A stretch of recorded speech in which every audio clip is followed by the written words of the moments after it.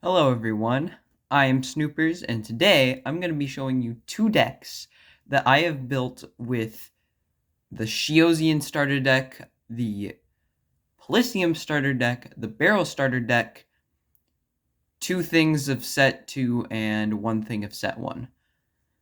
That's not really a lot of cards to work with, so I decided to challenge myself to make a half-decent deck with the cards that they have. And not just one, how about two? Split the cards into two, so then, if I put a card into here, I can't put it in here. So now what do I do? So the two decks that I created were pretty simple. The first one right here, and just to let you know, I only have the planet Sheos, Baro, and Palicium. So for this one, I decided to focus on the knights and having multiple planets with 4-star creatures with no ability. And then just a bit more of an emphasis on Baro, just because I thought that Baro would be a good thing to base this around anyways. And then the other one has more of separate kind of things. The Sheos, it focuses on Sheos with like maybe a bit of Sheosian Lava Beast, but it also focuses on some combiners and the Weatherman archetype, and as well as Gehenna. So, let's get started with the Knights multiple planet deck. So, starting off, we of course have Infinite, and thankfully I have Infinite, or else I would have never been able to make this work. Because Infinite, it's an 8-star with 200 health and 200 power, which doesn't sound good, but it says that if the creature gains 50 power and health for each of your killed creatures from different planets which have exactly 4 stars and no ability. So it can become really powerful if you have all 8 planets, then you could essentially get 400 extra power and health, which is pretty OP. I only have like 5 or maybe 6. I think it's just 5. I think I only have 5 planets, which isn't the best, but since I only included 5 planets, I could really only make do with a maximum of 450 health and 450 power, which isn't bad, especially if you're like facing the decks that I have built up, but not insane either. So that's the first card. The next card is Ground Knight. And Ground Knight is, just a generic knight card, which is helpful. Uses the 4-star no ability. And with the power of Baro, you can get a pretty decent 250. And then 250 is also pretty meaty for a 4-star in health terms. So it's just, generally good card. De is another 4-star no-name creature, and and honestly, I feel like it's overlooked in this type of thing because at least if you're kind of doing something like this where you're not going full knights, it could be really useful, especially with Baro, where it can stay as a good just defensive state, really good defensive or a really good offensive, depending on how you want to play. Fortunately, I only have 1 copy of him, but I would have 2 if it was like a Baro-themed Knights deck. Next is Aditrox, which is probably a staple in a lot of Baro decks. It allows Aditrox to basically stay alive for 2 attacks instead of 1, which can be really annoying for the other player. You can switch it around too, and that makes this easy because then you can do 200, but then when they attack you, you're going to be fine. So it's just a generally good Baro card.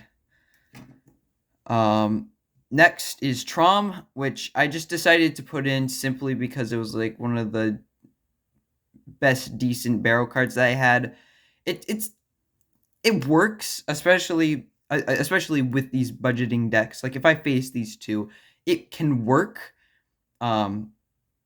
decently. If you can get it out while your opponent is trying to like restock, it can gain power pretty quickly. So there you go. And then finally, as more of like a boss monster, you have Diamond Lizard, which is a 5-star, and it's definitely well rounded, but just a good 5-star.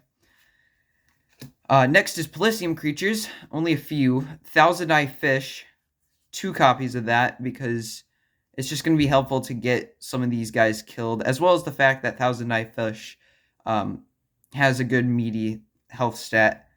And compared to Ground Knight, it has similar stats. Just with this one, you're probably not going to be playing on the offensive for this one. It'll get killed, of course, probably. That's your goal, but it does that. And then Squirtle is kind of the same thing, except it favors more power than health. Not much to say there. And then for Gaius, we have Tiki Talk. Just a generally decent 4-star creature. Nothing much to say here. Basically, just taking 10 health from Thousand Eye Fish and putting into power. But yeah. And then I also decided, why not have just another boss monster in case you need like a backup? And so the best one I could really have was Viridius the Devourer. 420 power, 350 health. It's able to get past both things like a Sheos and Lava Behemoth. So just generally a decent card. Not even decent. Like in this kind of situation, it's pretty good. Solomancer is pretty decent when you have this guy dead. Or even but when you have like a stronger creature dead, this one can Solomancer can be a really good 3-star that can come out and can use this to its advantage to kind of get another kind of strong creature up, because when you add it, you basically subtract the health and the power, and then that's this guy's health and power, which is pretty good. Next is Syndion. So we have Angel Eagle, which is kind of is basically just a slightly weaker version of Squirtle. So yeah, and then we have Divinite, well-rounded 200 power, just another good night card. And then as another kind of mini boss creature, Drangel I thought would be the best choice, because I mean that was like the only thing I had. It's got pretty decent stats: power 320, health 270. For 6 stars, ain't terrible. So yeah. And then of course I had to put in Orbov as just a way to, if you're in trouble and you're trying to get resources back, you can throw it on there when someone attacks, so that you can at least hold yourself off. And then for Oka, I literally had like nothing good for this type of deck except for Arrow Knight, which has 190, slightly weaker than Divine Knight, but still good nonetheless. And then finally for Sheos, we had Manflacky, which is a good high power, low health, which is generally just a good offensive card. And of course, I know that this is very Sheos based, but like these ones didn't really need to be needed in this one. And then same thing for Bold Whip, except it's just a slightly stronger with a little bit less health. And then we have Bull Warder. Bull Warder, moving on to the resources, it's going to be really good because of most of these cards are less than 5 stars, because it's all about 4-star no ability creatures. So I have 2 copies to just maybe hopefully keep them on to keep dealing damage, because although you want to kill them eventually, it's good to have those as long as possible to just deal damage before you bring out the big boss and kind of end with that big finish. And then I added United, and that was actually it for the permanent resources, I think. And actually, this, just as a side note, it's very attachment based, and you'll see that soon. United is good for the knights because it kills one knight creature to add a different killed knight creature, and this is generally good if you have like an Arrow Knight and you want to trade it out for a killed Ground Knight, so that Ground Knight could do some more interesting stuff, especially with Baro. So generally decent card. Planet Pathway. Again, it's another thing where it's less than 5 stars, so you can free play one creature, and that's really helpful, especially if you want to use it on something like Orbov maybe, and get it out twice instead of once. So pretty good card. And then to help with maybe some star costs, some high star costs in some of the creatures, 2 Galaxies gifts. Nothing too special, but those can be helpful in this type of deck. Galactibo, and this is where we kind of shift into the more attachment-y thing. This gives 120 power to one of your creatures, which can be really helpful if you're just trying to get one of those strong creatures out with one of your weaker, 4-starred creatures. So yeah. Next, I'm actually going to put this to the side. I just want to go to the Galactic because it kind of works with the Galactibo too. Galactic Saber, generally good. You could attach it and get 70 power. Good just for getting that extra oomph into your cards so that they can deal more damage and kill maybe a card.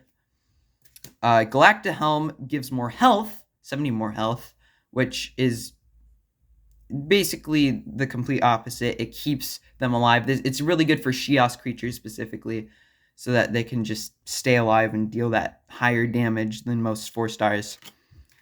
And then we have Blaze Elixir, which I actually had 2 of, so I decided to put both of them in here, which makes it really OP, simply because now you could easily do basically a mini G crash and wipe out an entire field. Which could be generally good. And again, with this can really work well with the 4-starred creatures, since they always have they basically all have less than 300, except for Dead. But Dead doesn't even have an original power, which it doesn't even matter. So, and this could really work well with Dead too. And then going back to Point Pike just generally good because then you can throw it on something. So that while you're killing creatures, you can gain points as well, just as a stall maybe to help you gain points before you bring out Infinite or something. Powerproof Suit, good for just stopping a creature that has a fairly powerful special ability. Nothing much to say there. Semi-omniplanetary Disguise. This one is really good if you just want to get something into a Baro creature, so that can kind of do the switcheroo, which is good for like something like a Thousand Eye Fish if you want to turn into a more offensive creature. So it's your choice though. And then Mountain Stronghold, the final attachment card, is again good for the Baro emphasis because it doesn't enter battle stones, but helps you slowly gain points. And this can be good for something like Death, where you can just keep it on with high health and not really have to worry about anything. And then Planetary Field for the activators. We only have 2. Planetary Field is good for just stalling and stopping your opponent from attacking your planet specifically. So just good for stalling. And then Real Hex Mine is good just for maybe some more drawing of cards. So yeah. Now the cards face down are your sideboard, which is used in a lot of competitive decks these days. So these are just optional things that I felt would help, especially for added emphasis of playing these 2 together. First of all, another attachment, 2 Pentarilicus. They're not the best cards, but if you need more stars, it's helpful. Bolide Comet, this is good because there's quite a few permanent resources here, which this can help decently. If you want to put more emphasis on Syndian of all things, you can kill one Syndian creature to kill every creature, which is basically a mini G crash. So if you want to use it, go ahead.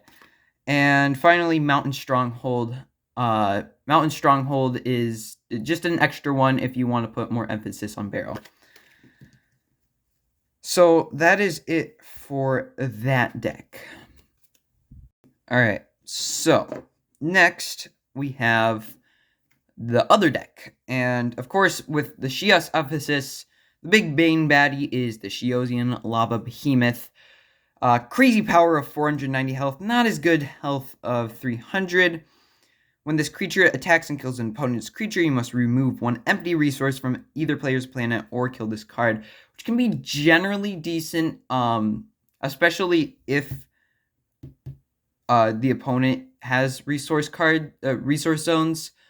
Unfortunately, I do feel like one downside, and I feel like this is generally the weaker deck, unfortunately, but unfortunately it uses more attachments, which means that you don't really need that many resource zones. You really only need one, which means that this one will probably go bye-bye pretty soon, unfortunately, unless they use 2 to bring out that Bulwarder.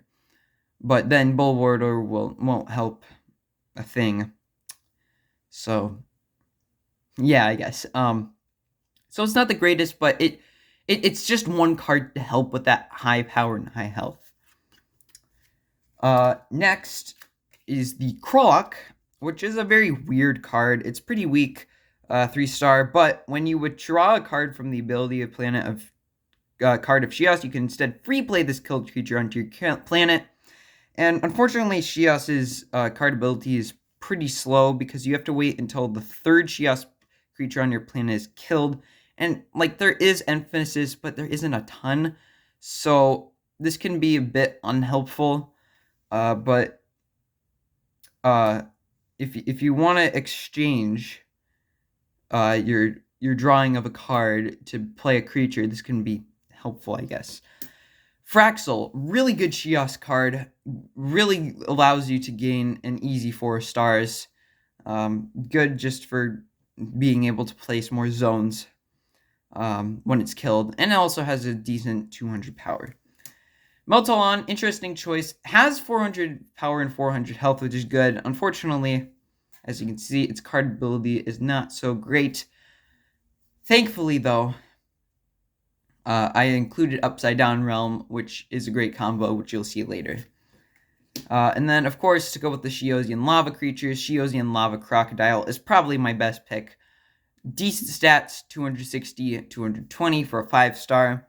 And then when this creature attacks and kills an opponent's creature, kill 1 attachment card on either player's planet or kill this card, which is insanely useful against this deck because it uses a lot of attachment cards. And it's generally just good because it can kill an attachment card. Of course, if you run dry, if there's no attachment cards, then this can be pretty dumb. But it's a good combatment to this one specifically, and I thought it would be pretty good. Then we have Gehenna as like a combiner creature. And if you don't know what Gehenna does, it basically... Well, first of all, you cannot play attachment cards while this creature is on your planet, which doesn't even matter because there is no attachment emphasis. When you play this creature, attach 1 creature on the opponent's planet to it. Also, whenever a single creature on your planet would be killed, attach to this creature a card instead. Gets 50 power and health for each card attached. And then, if it would be killed, you can kill 1 attached creature instead. So it can basically stay on for a long time if you know what you're doing. First of all, it steals a card from them, which is helpful, and then it immediately gains 150 health. And then if you and then you can play a lot of Sindel creatures to help with that. Next up for the Sindel creatures, we have Wakuman, which is great because it allows you to draw 1 card, even though it's a pretty weak 3-star. So yeah, generally decent. Demented Chicken Guy, just a basic Sindel card. Nothing much to see here, but you can attach it to Gehenna. And same for Bracktooth, nothing much to see here. 260 health is pretty nice, but yeah. And then finally, for the Weatherman archetype, we of course need the Combiner. Once per turn, you can kill 1 Weatherman Soon or 1 Weatherman Soonshine from your hand to kill 1 resource or attachment card on your opponent's planet. Good for attachments. And then, or you can kill 1 Weatherman Clued or 1 Weatherman Snowflake from your hand to kill 1 creature card on your opponent's planet. So, generally, a good card. And then to support that, we got Weatherman Soon, 2 copies. Generally a decent card. Weatherman Soonshine. If you play this creature while a Weatherman Soon is on your planet, kill 1 random card from your opponent's hand. Really good. Just, get rid of a card. Helpful. Also, double that Weatherman Soon's health until it's killed. Good for that, because then it goes to 280, and that's a pretty meaty card. Then Weatherman Include, only 1, but then 2 of Weatherman Snowflake, which is helpful specifically for the ability of that, because I don't feel like this is going to be used as much in play. But if you do, you can draw 1 card, also double the Weatherman Include's power, bringing it to 280. So it works well. And then finally, I decided to add Space Patrolman for that extra 1 attachment card, Killed. And also it has 200 power and 200 health, which isn't terrible. Next, we have Collector's Cabinet, which is good for just continuously gaining stars if you want. But stars isn't really much of an emphasis on this deck. Then you have Weather Machine, which would be really, really good because you could guess a card, a name of a card, which would allow you to give point lossage. And then for every Weatherman creature on your planet. But it's kind of just a guess. This would work so much better with Roka if it was Roka. But unfortunately, it doesn't do much more than just giving you a chance to guess, to hope that you can lose some points, which really isn't the best card, but decided to add it because of the Weatherman archetype. Next is Firebolt. Gain 1 point for every Sheos creature on your planet, so good when you have a lot of Sheos. Cursed Bellows. If your opponent has any Sheos creatures in their galaxy, they must choose one of those creatures and add it to the top of your galaxy. If they have none, they lose 1 point and 1 star. If they have Manflacky or a Bold Whip on here, that could be really useful for just getting more Sheos cards. If not, it does decently well, just giving you a bit of an edge. Next is Cosmic Treasure. Just a generally good card for getting those cards into your hand, especially when you don't have that many. Double Wormhole, great because sometimes I feel like you're going to want to get another Soon or another Weatherman up to help you, or maybe even Rebirth Meltalon, which should... Is the card in here? Wait a minute. Oh, here it is. Which, speaking of which, you have Upside Down Realm, which reverses lossage of anything to gainage. And this is also really good for attachments because it basically just makes everything so much worse for the player who's using attachments that change the stats. So, really, really good card for not just this deck, but also for that, combating against that deck. Next is Star Path, which is kind of helpful since there's not as much emphasis on stars. You can use that to just draw more cards to help out getting those good ones. Resource Conjurer, great just because, it's always good to have another resource and just get a free one.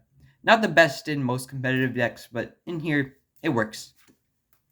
Telepathic Touch is going to be really useful simply because of the emphasis of combiners. So this is good just for quickly getting that other half or just getting maybe a start. Galaxy's Gift, there was a third one that I have, so why not give it to these guys, just maybe for if you need more stars. This is good because of the lack of stars for these, or just for the lack of star usage in this deck. You can pay stars to kill a creature, which can be a good way from getting an annoying creature out of the field. And then finally moving on to attachments, Star Dealer can basically just be a little troll and get stars anyways if they, cosplay something like an Infinite, then, you get a bunch of stars from that, and it's kind of a bit of a troll. But and then finally, Firewall for the Sheos emphasis. When an opponent attacks a Sheos creature on your planet, cancel the attack. And it's basically just another planetary field for Sheos. So yeah, that is it for the deck. And then, of course, we have a sideboard. So, we have 2 crash landings. If you want to just help yourself with stronger cards, helpful if you want to do that, of course. Disarm, good for extra emphasis on beating this deck by just slapping those attachment cards out of the field. And then if you want even more combiners, Blood Eclipse is the way to go, just because of the Sheos emphasis and the fact that it also has very good, decent stats. So then, that is it for both of those decks. I hope you enjoyed the video. I think they were decent decks for building on budget, but if you have any better suggestions or any thoughts on my decks, please leave them in the comments below. I would love to see feedback, because, I don't deck build much, and I was doing it very uniquely. So I hope you have a great rest of your day, and remember, happiness is a warm puppy.